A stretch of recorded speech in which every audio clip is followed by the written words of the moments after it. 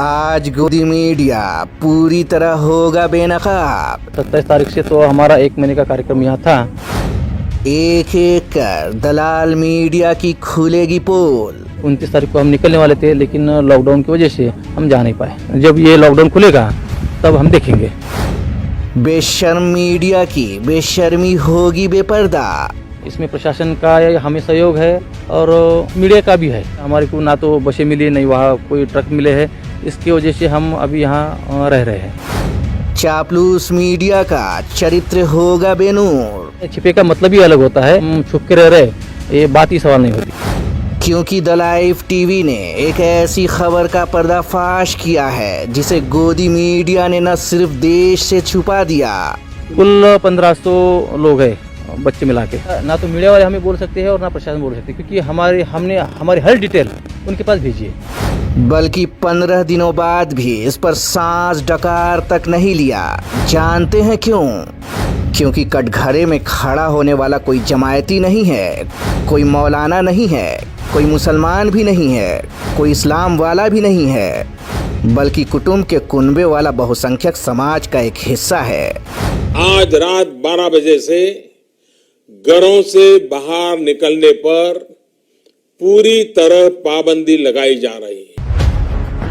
याद कीजिए 24 मार्च के उस मनहूस दिन को देश के घोषणा मंत्री, माफ कीजिएगा प्रधानमंत्री, मुल्क में पूरी तरह से देशबंदी का ऐलान करते हैं। ठीक उसी वक्त दिल्ली से लगभग 1540 किलोमीटर दूर महाराष्ट्र के लातूर में 30 दिनों तक सत्संग का कार्यक्रम चला रहा 1500 लोगों का एक जत्था अचानक फंस जाता है, या दलाल मीडिया की जुबान में कहें तो छुप जाता है। पर तबलीगी जमात के नाम पर जनतंत्र का जनाजा निकाल चुकी और निजामुद्दीन मरकज में भगवा लेंस लेकर कोरोना वायरस ढूंढने वाली बेशरम मीडिया का स्टूडियो इस खबर को सुनने के बाद अचानक मरघटिया में तब्दील हो जाता है। वो मीडिया जो कल तक तबलीग पर तांडव कर रही थी, मरकज पर मोजरा का मंच सजा रही थी, निजामुद्दीन पर नागिन नाच कर रही थी और मौलानाओं के नाम पर मालिकों के ठेवने की मालिश और मसाज में जुटी थी, सत्संग की खबर सुनते ही अचानक बेशरम, दलाल, चाटुकार और गोदी मीडिया के स्टूडियो में कत्लेआम के बाद की तरह सन्नाटा पसर जाता है। जमायतियों की जमहाई और डकार तक की गिनती कर लेने वाले गोदी मीडिया के बड़े बड़े राष्ट्रवादी पत्रकारों की उंगलियां इस खबर को लिखने में कांपने लगती है। जुबान को लकवा मार जाता है,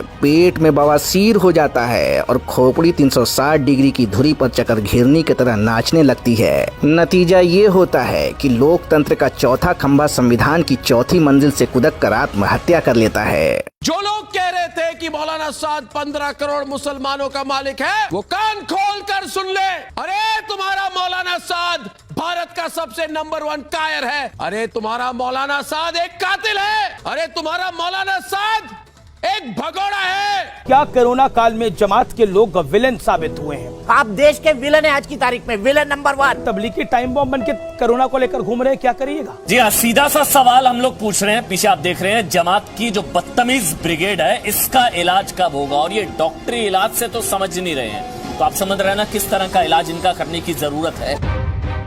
आपको याद होगा कि लॉकडाउन के बाद से ही गोदी मीडिया का धंधा ठप पड़ा था। मोदी भक्त पत्रकारों की दुकान बंद हो चुकी थी, स्टूडियो में भूत लौट रहे थे, कैमरे पर कुत्ते रो रहे थे।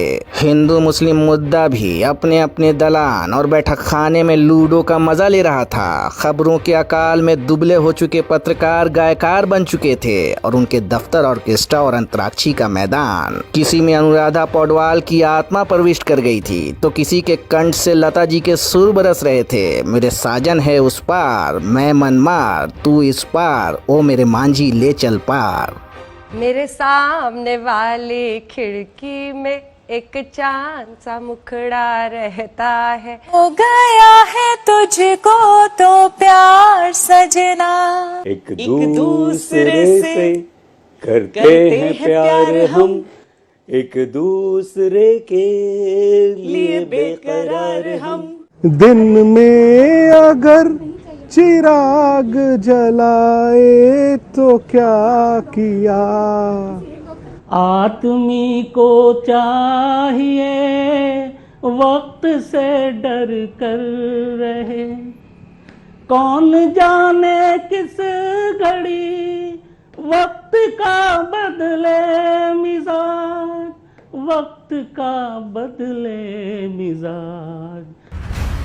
साहिर लुधियानवी के लिखे गाने को आज तक वाले शम्स बाबू ने अपनी बेसुरी आवाज के साथ सातवें सुर में उठाया तो जूहू के कब्र में सोई हुई रफी साहब की आत्मा बिलबिला उठी कि अच्छा हुआ हम तो 40 साल पहले ही निकल लिए, वरना उसी आज तक की बिल्डिंग से कूदक कर आत्महत्या करना पड़ता। हंसिए मत सर जी, सोचिए कि न्यूज के नाम पर नौटंकी परोसने वाले पत्रकार आपको कैसे मूर्ख बना रहे हैं। मेरे सामने वाली खिड़की में एक चांद सा मुखड़ा रहता है, हो गया है तुझको तो प्यार सजना, एक दूसरे से करते हैं प्यार हम, एक दूसरे के लिए बेकरार हम।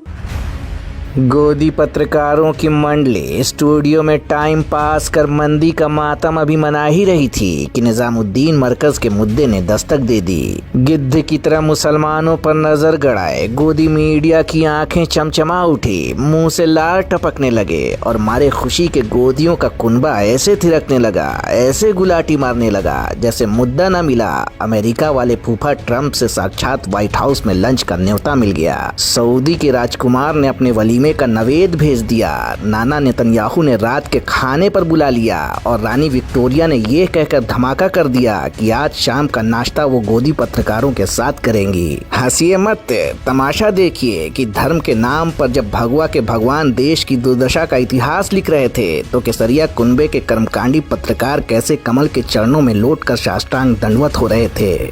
लेकिन पूरे देश के सामने एक बहुत बड़ा सवाल ये है कि प्रधानमंत्री नरेंद्र मोदी ने 21 दिन के लॉकडाउन से कोरोना के खिलाफ जंग जीतने का ऐलान किया था, तो फिर इस जंग में विलेन कौन बन गया? जब घी सीधी उंगली से नहीं निकलता तो उंगली टेढ़ी करनी पड़ती है। लेकिन ये तबलीगी टाइम बॉम्ब बन के कोरोना को लेकर घूम रहे हैं, क्या करिएगा कि वो एक टाइम बॉम्ब की तरह, वो अब टाइम बॉम्ब की तरह हो गया है और लॉकडाउन को पूरी तरह से फेल कर दिया। क्या कहना चाहते हैं? वाह वाह वाह वाह कादरी जी, वाह कादरी जी, वाह वाह कादरी जी, वाह वाह कादरी जी, वाह। आपको एक बात कहता हूँ, वाह कादरी जी, वाह वाह भाई, वाह भाई, वाह वाह कादरी जी, वाह। देश में कोरोना के कुल मरीजों में करीब 35% बीमार मरकज के लोग हैं। इस वक्त पता है देश के अंदर हालात क्या है। 35% से ज्यादा लोग वो जमाती हैं जिनकी वजह से देश डरा हुआ है। आवाज कम, आवाज कम, आप इनको चुप करिए। आवाज कम, भाई साहब, मैं आवाज कम, बात कर सकता हूं। आपका छोटा, आवाज कम, आप मेरी बात सुनो। आवाज कम। वायरस जो है किसी की जात, छोटा भाई नहीं हूँ ना, मैं तुम्हारा बड़ा भाई हूँ। आवाज कम, हम भी मरेंगे। आवाज कम। देश भर में हाहाकार फैला के रखा है आप लोगों ने।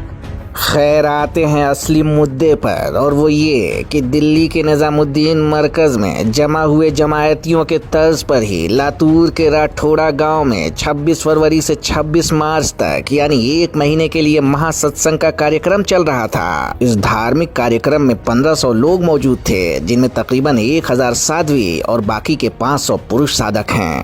27 फरवरी को हमारा आश्रम यहाँ सत्संग के लिए आया है, लेकिन बाद में कुछ सरकारी नियमों का हमें इन्फॉर्मेशन मिली कि कोरोना वायरस जो है वो बहुत तेज़ी से फैल रहा है।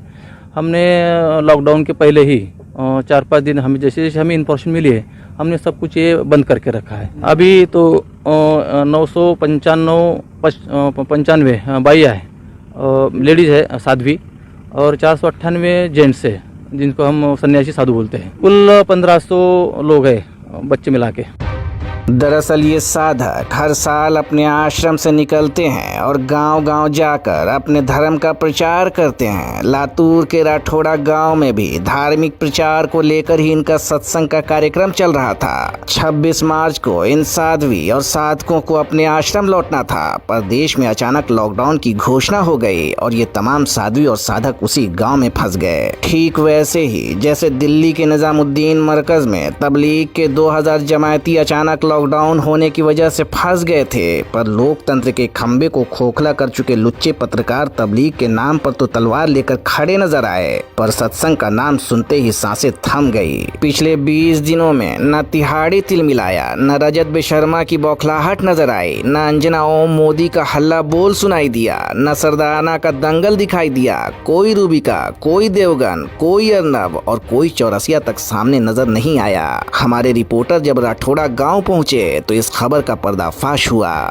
हमने वैसे पूछताछ की थी कि भाई हमारा ये सत्संग का कार्यक्रम 29 तारीख को ख़त्म होने वाला है, तो लॉकडाउन की वजह से फिर हमारे को ना तो बसें मिली, नहीं वहाँ कोई ट्रक मिले हैं। इसकी वजह से हम अभी यहाँ रह रहे हैं। हमारे पास बहुत सारे तंबू है, हम हमारे लोगों को अंतर से या डिस्टेंस रख के सोना खाना पीना सब हमारा चल रहा है। हम आज ही जाने की तैयार है। अगर प्रशासन हमें पहुँचा देता है तो हमारी जाने के लिए कोई हर्ज नहीं है। जिलाधिकारी को ये पत्र देने वाले कि भाई हमारी जाने की व्यवस्था करो। प्रशासन से हमें बार बार यही विनती करनी है कि हमें जल्द से जल्द हमारे आश्रम तक जाने की कोई व्यवस्था करवा दीजिए। राठौड़ा इस गांव में महानुभाव पंथ के पंथ के लोग हैं, वहाँ पे 1341 लोग हैं, 1341। ये फरवरी महीना से हमारे पास है, जो कि लॉकडाउन के बहुत पहले से हैं।